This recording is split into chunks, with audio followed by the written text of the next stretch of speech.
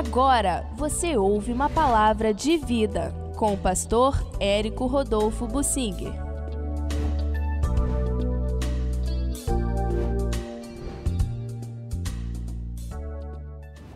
Eu quero tecer alguns comentários a respeito das finalidades que Deus tinha em mente ao instituir as cidades de refúgio. Cidades de refúgio são mencionadas várias vezes na Bíblia, sempre por parte de Deus, a iniciativa dele, e querendo transmitir uma lição, uma mensagem para o seu povo.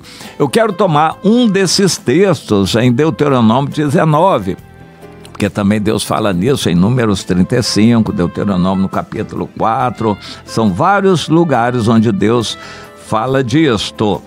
E aqui em Deuteronômio 19, começa assim: quando o Senhor teu Deus eliminar nações cuja terra te dará o Senhor teu Deus, e as desapossares e morares nas suas cidades e nas suas casas, separarás 3 cidades no meio da tua terra.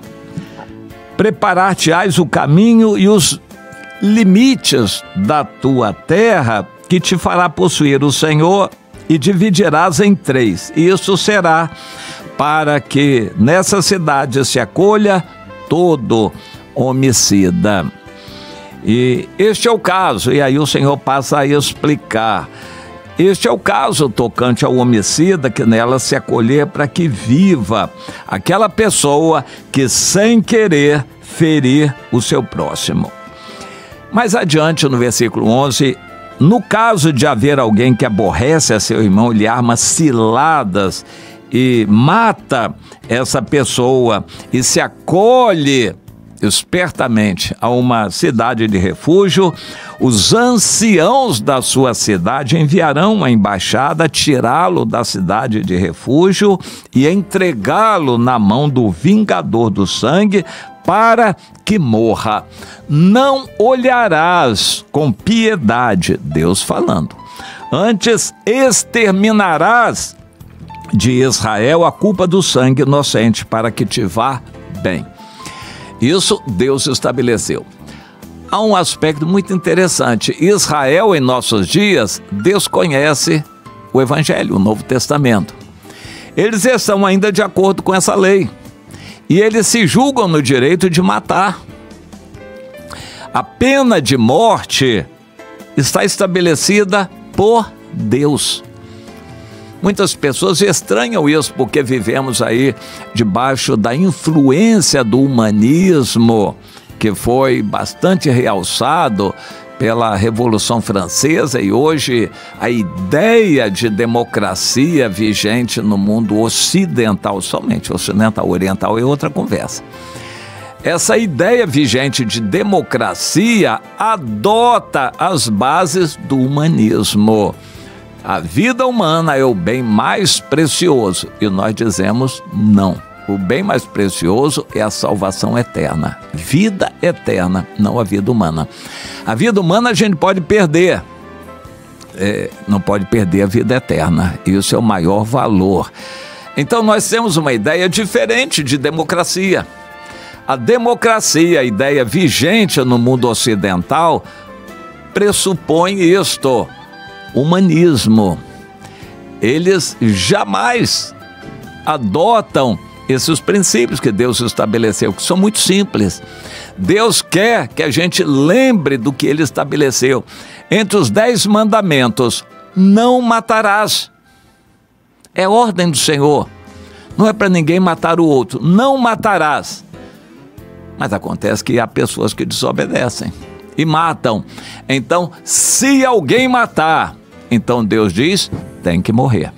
Nenhuma expiação se fará pelo sangue derramado, senão com o sangue daquele que o derramou. Isso era a lei. Deus estabeleceu isto em Israel. Tem que promover a vingança. Tem que matar o assassino. O vingador do sangue, o parente da vítima, vai providenciar apoio e meios para executar o assassino. Mas o assassino pode espertamente querer se acolher a uma cidade de refúgio. Dentro da cidade de refúgio, ninguém podia matar ninguém. E o Senhor diz, vocês vão estabelecer 3 cidades de refúgio do lado de cá, do Rio Jordão, e 3 cidades de refúgio do outro lado. Se Deus alargar a terra de vocês, vocês podem aumentar o número de cidades de refúgio que serão administradas pelos levitas. Serão cidades especiais, onde se acolha todo homicida involuntário. Porque esse nome refúgio é para se refugiar ali alguém que tenha matado outro sem querer. E Deus cita o exemplo, quando o sujeito maneja um machado e levanta o machado com força, o machado solta do cabo e acerta a cabeça de uma pessoa e a pessoa morre. A pessoa morreu, mas não houve intenção. O que acionou o machado não tinha essa intenção, foi um acidente. Hoje nós poderíamos dizer, alguém está dirigindo um carro, atropela alguém, a pessoa morre. A pessoa entrou na frente do carro, não deu para o motorista evitar. O motorista não queria, mas atropelou e matou aquela pessoa. É um assassino involuntário. O que manejou o machado e qualquer outra situação que se enquadre no mesmo princípio. Alguém matou o outro sem querer. Já houve casos em que a pessoa manejou o revólver e matou o outro. Minha mãe contava que morou na casa de um senhor muito sério, um homem de Deus, e tinha 2 filhos. Um deles, brincando com o outro, pegou o revólver e disse, ô fulano, eu vou te matar. E brincou com o irmão. Eles não eram adversários, inimigos, era uma brincadeira. Ele tinha certeza que o revólver estava descarregado. Por isso ele brincou com o irmão. Eu vou te matar. E puxou o gatilho e o tiro saiu. Só deu tempo do outro dizer, fulano, o que você fez? Você me matou. Só deu tempo do outro dizer isso e caiu morto. Evidentemente, foi o desespero para a família, e não é para menos. Matou brincando involuntariamente. Na época de Israel, e teria que fugir para a cidade de refúgio para não ser culpado daquela situação. Deus estabeleceu cidade de refúgio para realçar a necessidade da pena de morte. Quem matar tem que morrer. Vocês não podem deixar impunes. Vocês não podem deixar pessoas impunes. Matou o outro e fica por isso mesmo? Não. Infelizmente, a justiça em nossos dias é muito diferente disso.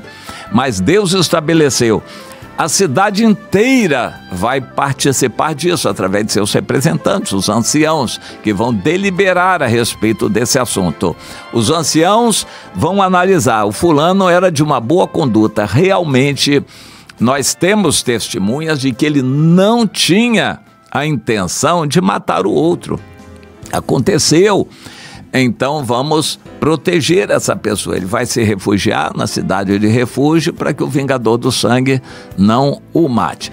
Mas no caso de alguém matou o outro com intenção e espertamente quis fingir que não tinha intenção e correu para uma cidade de refúgio, também os anciãos da cidade vão estabelecer a verdade, vão tirá-lo de lá para que ele fosse entregue nas mãos do vingador do sangue que deveria promover a morte dele.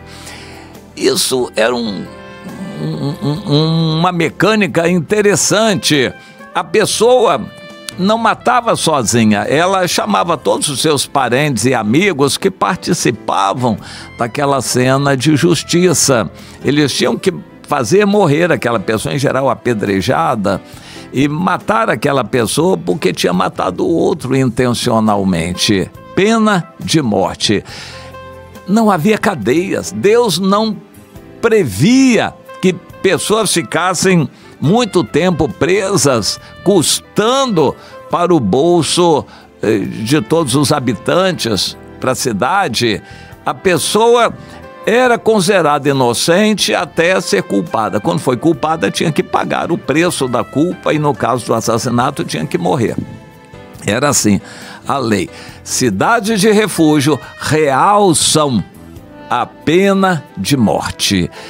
Isso era para que as pessoas tivessem medo das consequências e não brincassem com a vida alheia. Infelizmente, hoje os dias são muito diferentes. Pessoas atentam contra a vida do próximo com muita facilidade e existem aqueles que matam, não acontece nada, ficam na impunidade, principalmente no Brasil. Se forem menores de idade, aí é terrível essa situação.